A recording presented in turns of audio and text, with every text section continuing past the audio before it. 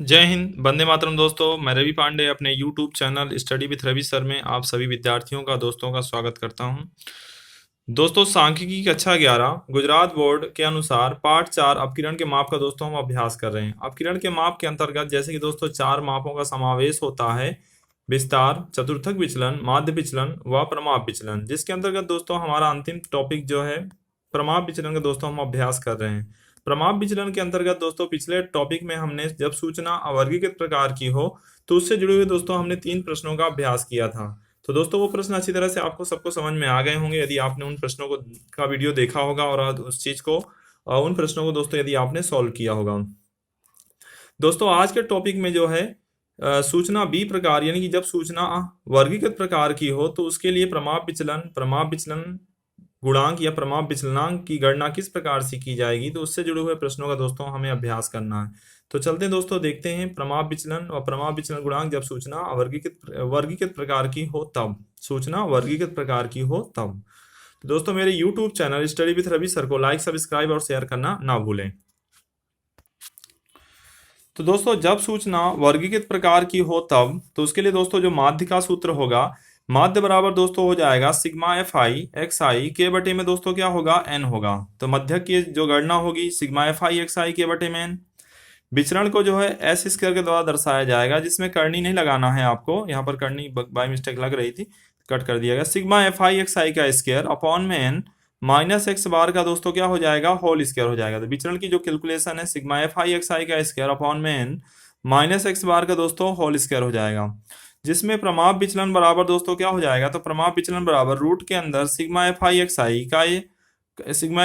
आई का स्क्वायर के बटे में एन माइनस क्या हो जाएगा दोस्तों, एक्स बार का होल स्क्वायर हो जाएगा।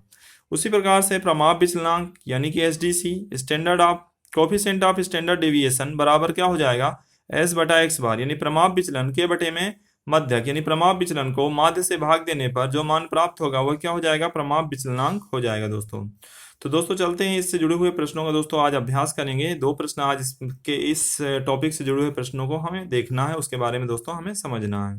तो उम्मीद करता हूं दोस्तों ये जो फॉर्मूले हैं आपको अच्छी तरह से समझ में आ गए होंगे, और ये फॉर्मूले आपको अपनी नोटबुक में अच्छी तरह से लिख लेने हैं, जिससे क्या है कि जब आप क्वेश्चन सॉल्व करें तो उस समय आपको समस्याएं ना हो। ओके फ्रेंड, जैसे कि यहाँ पर एक प्रश्न दिया हुआ है, निम्नलिखित सूचना के लिए एस स्क्वायर एस और एस डी सी प्राप्त कीजिए, यानी कि विचरण, प्रमाप विचलन व प्रमाप विचलनांक की गणना करनी है दोस्तों। एक्सआई में दोस्तों आपको 5, 6, 7, 8, 9 और 10 दिया हुआ है, और एफ आई में उसी प्रकार से 2, 5, 8, 12, 7 और 1 दिया हुआ है। तो चलिए दोस्तों देखते हैं इसकी कैलकुलेशन क्या बनेगी। सबसे पहले एक्स आई जो दिया हुआ है आपको यहाँ लिख देनी है, और जो एफ आई है उसको क्रमशः यहाँ पर लिख देना। तो एक्स आई में दोस्तों 5, 6, 7, 8, 9 और 10 हो जाएगा, और एफ आई में जैसे कि दोस्तों दिया हुआ है 2, 5, 8, 12, 7 और 1। उसके बाद इसका जो है कोड टोटल करना है, तो यहाँ पर कुल लिख देना है, और इनका मान जो है दोस्तों कितना आ जाएगा, 35 आ जाएगा। तो क्रमशः 7 और 1 8, 12, 8, 20, 8, 28, 5, 33 और 2 35, तो इनका मान जो है दोस्तों आपका 35 आ जाएगा। अब इसके बाद ये 2 बॉक्स तो आपको क्वेश्चन के दिए हुए हैं, अब इससे जुड़े हुए 2 बॉक्स आपको बनाने रहेंगे, जिसमें पहला बॉक्स जो है एफ आई एक्स आई करना है। तो एफ आई का एक्स आई के साथ गुणा कर देंगे, तो 2 पंचे 10 हो जाएगा, 5 छंके 30 हो जाएगा, 8 सत्ते 56, 56 हो गया, 12 गुणे 8 करने पर 96 हो गया, 7 गुणे 9 करने पर 63 हो गया, और 1 गुणे 10 करने पर 10 हो गया। इसके बाद दोस्तों इसका योगफल जो होगा वह क्या हो जाएगा, सिग्मा एफ आई एक्स आई के बटे में सिग्मा एफ आई एक्स आई बराबर दोस्तों कितना हो जाएगा, 265 हो जाएगा। उसके बाद आपको करना क्या है, एफ आई एक्स आई का स्क्वायर करना है। तो एफ आई एक्स आई का स्क्वायर ऐसा नहीं कि मतलब इसी संख्या को इसी संख्या से गुणा कर देंगे तो मान आ जाएगा, ऐसा नहीं करना है। एफ आई एक्स आई तो एफ आई एक्स आई का स्क्वायर करना है, अर्थात क्या करना है कि एफ आई एक्स आई का जो मान आया है उसको एक्स आई के साथ गुणा कर देंगे तो हमें क्या मिल जाएगा, एफ आई एक्स आई का स्क्वायर मिल जाएगा। तो यानी एफ आई एक्स आई की जो वैल्यू है, यानी तीसरे नंबर का जो बॉक्स है उसको आपको दोस्तों तीसरे नंबर का बॉक्स को जो है आपको पहले नंबर के बॉक्स के साथ गुणा करना है, ये ध्यान देना है, ठीक है। ये तीसरे नंबर का जो बॉक्स है उसे 1, तो तीसरे 3 गुणे 1 मैंने लिख दिया यहाँ पर। तो या तो आप ऐसे भी कर सकते हो, जैसे कि यहाँ पर हमने इसको ए नाम दिया, इसको बी नाम दिया, इसको सी नाम दे दिया, इसको डी नाम दे दिया। तो डी बराबर दोस्तों क्या हो जाएगा, तो डी बराबर हो जाएगा ए गुणे सी हो जाएगा, याद रखना। तो डी बराबर ए गुणे सी कर देंगे तो आपका मान क्या हो जाएगा, एफ आई एक्स आई का स्क्वायर हो जाएगा। तो इस प्रकार से दोस्तों, तो यहाँ पर चलिए गुणा करते हैं। 10 गुणे 5 करने पर 50 हो जाएगा, 30 गुणे 6 करने पर 180 हो गया, 56 गुणे 7 करने पर 392 आ जाएगा, 96 गुणे 8 करने पर 768 हो गया, 63 गुणे 9 करने पर 567 हो गया, और 10 गुणे 10 करने पर दोस्तों 100 आ जाएगा। इस प्रकार से दोस्तों सिग्मा एफ आई एक्स आई का जो होल स्क्वायर होगा वह 2057 हो जाएगा, यानी 2057 हो जाएगा। इसमें दोस्तों सबसे पहले हमें माध्य की गणना करनी पड़ेगी। तो माध्य बराबर दोस्तों क्या हो जाएगा, सिग्मा एफ आई एक्स आई के बटे में एन होगा, जहां पर दोस्तों सिग्मा एफ आई एक्स आई का जो मान है वह 265 है, और एन का मान जो दोस्तों कितना है 35 है। तो इसको भाग देने पर एक्स बार का जो मान है दोस्तों कितना आ जाएगा, 7.57 हो जाएगा।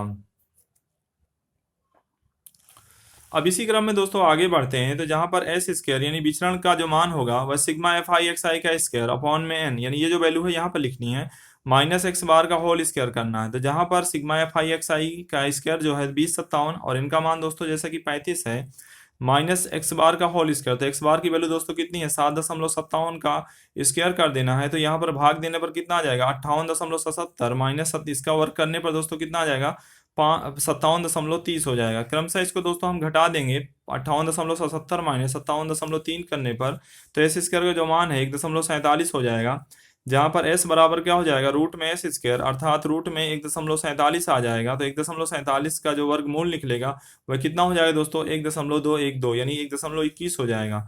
अब दोस्तों इसी क्रम में आगे हम बढ़ते हैं, जिसमें हमें क्या करना है, प्रमाप विचलनांक की गणना करनी है, जिसके बराबर क्या हो जाएगा, प्रमाप विचलन के बटे में एक्स बार कर देना है, यानी प्रमाप विचलन के बटे में माध्य। तो 1.212, और माध्य की जो वैल्यू है दोस्तों 7.57 दी हुई है, तो 1.21 को 7.57 से भाग देने पर क्रमशः जो आंसर होगा वह आपका कितना आ जाएगा, 0.16 आ जाएगा।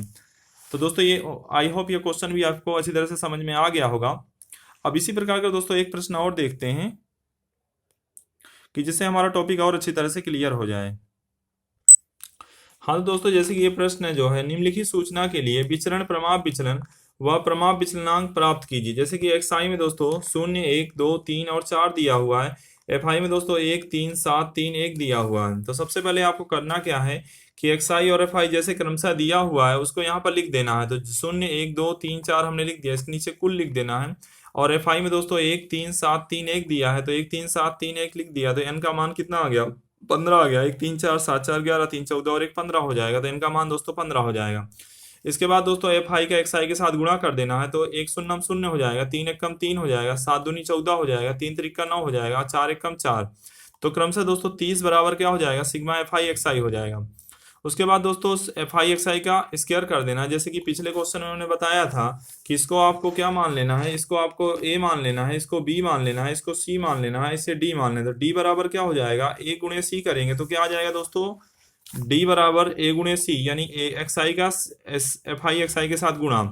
तो यहाँ पर क्या हो जाएगा, 0 गुणे 0 बराबर 0 आ जाएगा, 3 गुणे 1 करने पर 3 आ जाएगा, 14 गुणे 2 करने पर 28 आ जाएगा, 9 गुणे 3 करने पर 27 आ जाएगा, 4 गुणे 4 करने पर 16 आ जाएगा। इस प्रकार से दोस्तों सिग्मा एफ आई एक्स आई का जो स्क्वायर होगा वह कितना आ जाएगा, 74 हो जाएगा। यहाँ तो ये दोस्तों कोष्टक की बात हो गई, टेबल की बात हो गई। अब इसके बाद दोस्तों एक्स बार का मान जो हमें ज्ञात करना है, तो एक्स बार बराबर सिग्मा एफ आई एक्स आई के बटे में एन बराबर कितना हो जाएगा, 30/15 बराबर कितना आ जाएगा, माध्य की जो वैल्यू है दोस्तों 2 हो जाएगी। इस तरह से ब्लॉक कर देनी है।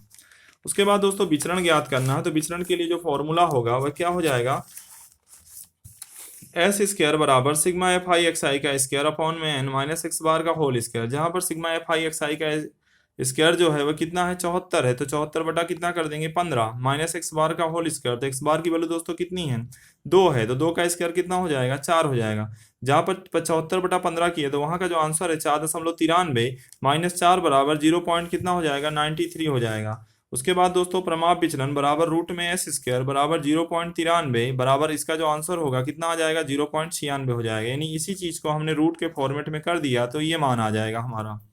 उसके बाद दोस्तों एस डी सी यानी प्रमाप विचलनांक क्या हो जाएगा, एस बटा एक्स बार। तो एस की वैल्यू कितनी है दोस्तों, 0.96, के बटे में एक्स बार का मान कितना है, 2 है। तो 0.96 बटा 2 करेंगे तो दोस्तों इसका जो आंसर होगा वह कितना आ जाएगा, 0.48 आ जाएगा।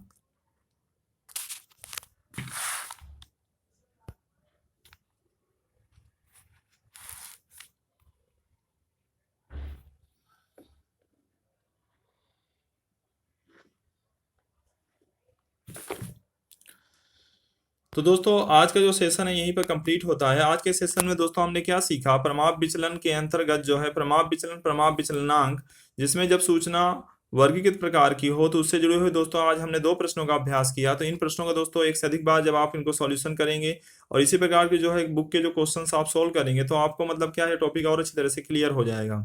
ठीक है दोस्तों, इसी के साथ सेशन कंप्लीट होता है। जय हिंद, जय भारत।